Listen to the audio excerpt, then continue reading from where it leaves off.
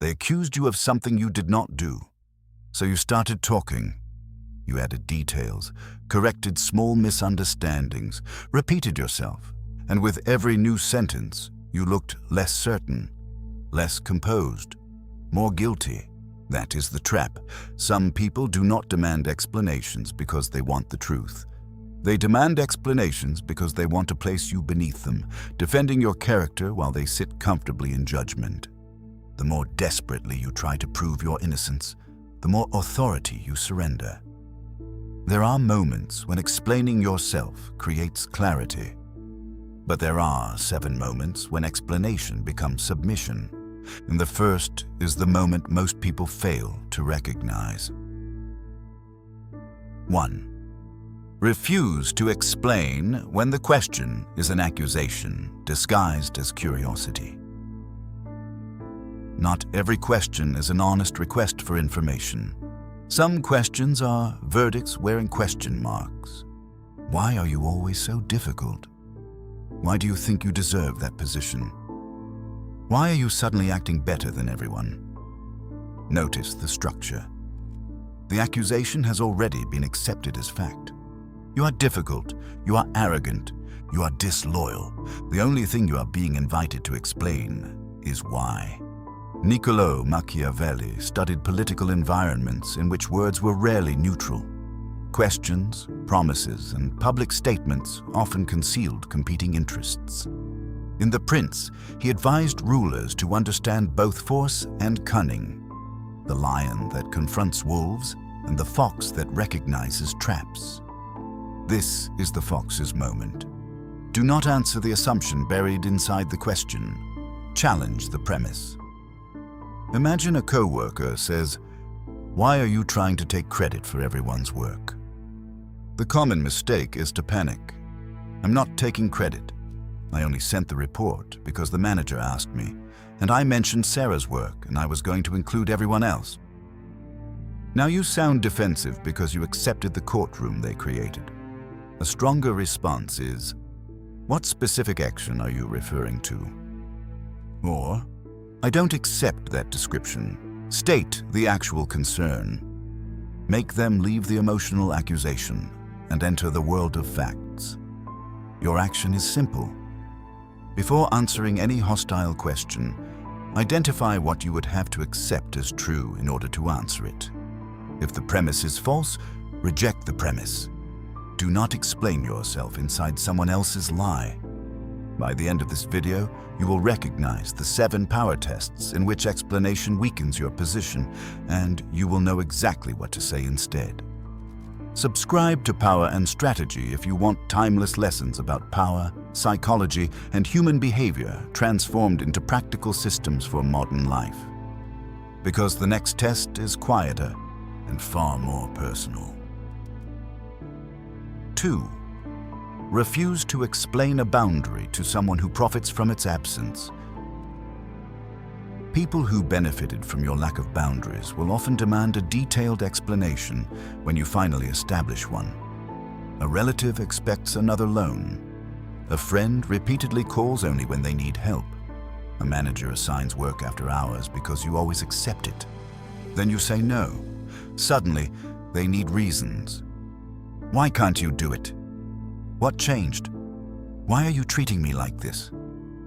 They are not necessarily confused. They may be searching for weaknesses in your explanation. If you say you are tired, they will argue that everyone is tired. If you say you need money, they will question your spending. If you say you need time, they will minimize your responsibilities. The longer your explanation, the more material you give them to negotiate against your boundary. Machiavelli repeatedly examined how dependence affects power. A position supported entirely by forces controlled by others remains vulnerable. In modern life, a boundary that requires another person's approval is not yet a boundary.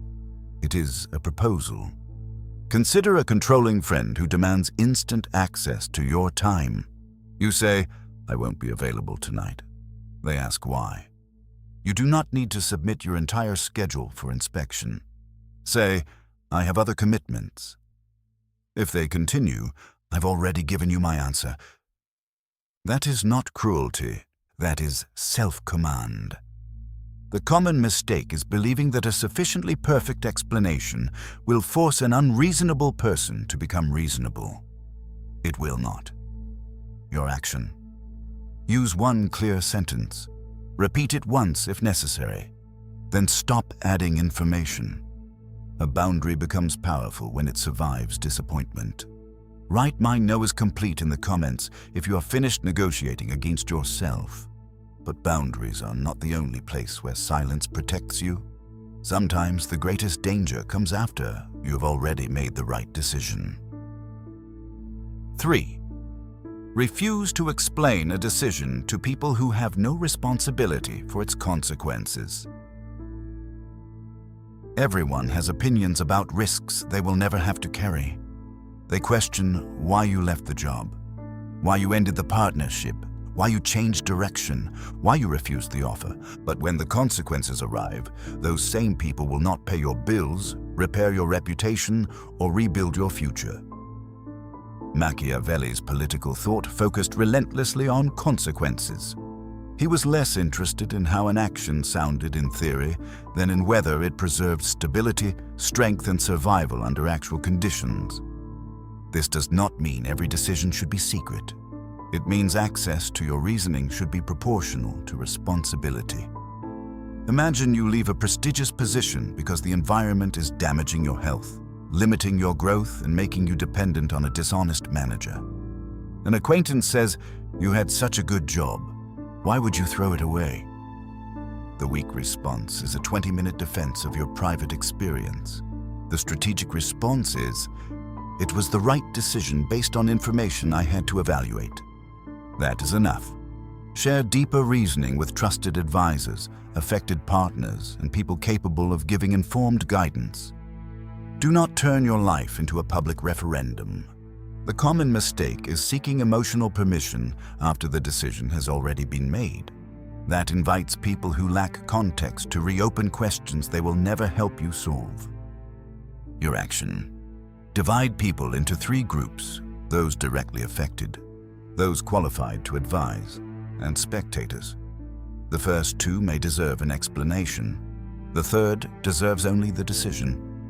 If this lesson is changing how you evaluate social pressure, subscribe to Power and Strategy and continue building a mind that cannot be governed by every outside opinion.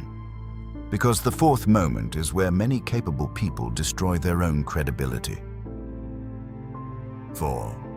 Refuse to explain yourself to a hostile audience. Truth does not persuade everyone, especially not people whose identity, status, or reputation depends on rejecting it. A hostile audience is not merely someone who disagrees, it is someone who has already decided what your words must mean. They reinterpret clarification as guilt, calmness as arrogance, silence as proof, emotion as instability. Whatever you offer will be processed through a conclusion they formed before you spoke. Machiavelli understood that reputation operates in the public imagination. In The Prince, he observed that people commonly judge through what they can see, while only a smaller number gain direct knowledge of reality. This makes perception powerful, but it also means perception cannot always be repaired through argument. Imagine someone attacks your reputation in a hostile social media thread. You respond to every comment, correct every stranger, defend every sentence. Hours later, the accusation is still spreading, but now your emotional reaction has become part of the spectacle. The strategic alternative is not always total silence, it is selective correction. Publish one concise statement containing verifiable facts. Provide evidence where appropriate. Correct the record for the people whose judgment matters. Then stop feeding the arena. Say, the claim is false. The documented facts are available here. I will not participate in personal accusations. The common mistake is confusing visibility with credibility. The loudest audience is not always the relevant audience. Your action: ask 3 questions before responding publicly. Can this person be persuaded? Does this audience affect my real life? Will another response clarify the facts or merely extend the conflict? When the answer is no, silence is not surrender. It is refusal to perform. Drop "I choose" the audience below if you understand that your truth does not require universal approval. But what happens when the pressure comes from authority? That is the next power test. 5. Refuse to explain under artificial urgency. Answer me now. Make the decision today. If you have nothing to hide, why do you need time? Urgency is often used to prevent judgment. When people rush your explanation, they are not always seeking clarity. They may be trying to secure contradictions before you can examine the facts. This appears in workplace investigations, business negotiations, family disputes, and manipulative relationships. Machiavelli connected effective action with timing and adaptation. Strategic capability was not blind speed. It was the ability to respond appropriately to changing circumstances. The fox studies the snare before moving. Imagine a manager suddenly confronts you about a complex project failure in front of other employees. They demand an immediate explanation. You are surprised, emotional, and missing key records.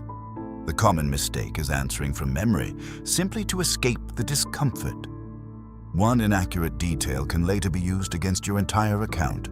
Say, "I want to respond accurately. Send me the specific concerns, and I will review the records before answering." In a serious workplace or legal matter, document the request and use the appropriate professional process. Do not improvise important facts under pressure. Your action: create a default delay sentence. "I will review the information and respond by tomorrow." Or, "I'm not making that decision under time pressure." You do not owe instant access to conclusions you have not had time to form. Power is not answering fastest. Power is refusing to let another person control the conditions under which you think. Subscribe to Power and Strategy if you want practical defenses against pressure, manipulation, and emotional control. The 6th test is even more deceptive because it often comes from someone pretending to protect you. 6. Refuse to explain private information that has not been earned. Some people ask intimate questions to create false closeness. They want your income, your fears, your relationship problems, your plans, your insecurities, your next move. They may call it openness, but openness without trust is exposure. Machiavelli lived in a world of unstable alliances, advisors, informants, and shifting loyalties. His work repeatedly emphasizes the importance of understanding incentives rather than trusting appearances alone. Applied to modern life, the lesson is not to become paranoid. It is to make disclosure gradual. A new business contact asks how much money you have available to invest. A co-worker asks whether you're applying elsewhere. A new romantic interest pressures you to reveal your deepest trauma immediately. You're allowed to say, "I keep that private," or "I discuss that only when it becomes relevant." The common mistake is revealing information because refusing feels impolite. But people who respect you will accept reasonable privacy. People who become angry at your privacy may be revealing why it was necessary. Your action: before sharing sensitive information, ask, what does this person need it for? What have they demonstrated? What could happen if this information were repeated, distorted, or used against me? Trust should expand through evidence, not pressure. Selective disclosure is not dishonesty, it is stewardship. Right trust must be earned in the comments. And now we reach the final test. The moment when explaining yourself does not merely reduce your authority. It can prevent your transformation. 7. Refuse to explain your growth to people committed to your old identity. Your growth will confuse people who benefited from the person you used to be. You become more disciplined. They call you distant. You stop gossiping. They call you boring. You begin saving money. They call you selfish. You stop accepting disrespect. They say you have changed. They are correct. You changed. But the accusation is designed to make growth feel like betrayal. Machiavelli's concept of virtue is often connected to capability, decisiveness, and adaptation, the qualities needed to meet changing circumstances instead of remaining trapped in one method. A person who refuses to adapt becomes vulnerable when conditions change. Modern life demands the same courage. Imagine you are rebuilding after financial failure. You stop attending expensive social events. You reduce unnecessary spending. You work quietly on a new skill. Friends mock your seriousness and demand to know why you are acting different. The common mistake is explaining the entire plan before the results exist. That exposes a fragile transformation to commentary, doubt, and ridicule. Say, "I'm focusing on different priorities now." Then continue working. You do not need to convince people who are emotionally invested in your stagnation. Your action. Choose one private standard for the person you are becoming. A savings target, a daily discipline, a skill development schedule, a new boundary.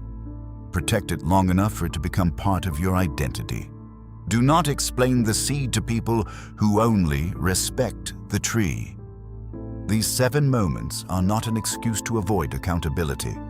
Strategic silence does not mean refusing honest questions from people affected by your actions. It does not mean hiding wrongdoing. It does not mean becoming cold, arrogant, or unreachable. It means understanding the difference between accountability and submission, between clarification and interrogation, between privacy and deception, between thoughtful explanation and desperate self-defense. Explain when the truth will create understanding. Explain when trust has been earned. Explain when your actions have materially affected someone and responsibility requires an answer. But refuse when the question contains a false accusation. Refuse when someone is negotiating against your boundary. Refuse when spectators demand authority over your decisions. Refuse when a hostile audience wants entertainment rather than truth. Refuse when urgency is being used to disrupt your judgment. Refuse when private information has not been earned, and refuse when people demand that you apologize for becoming stronger.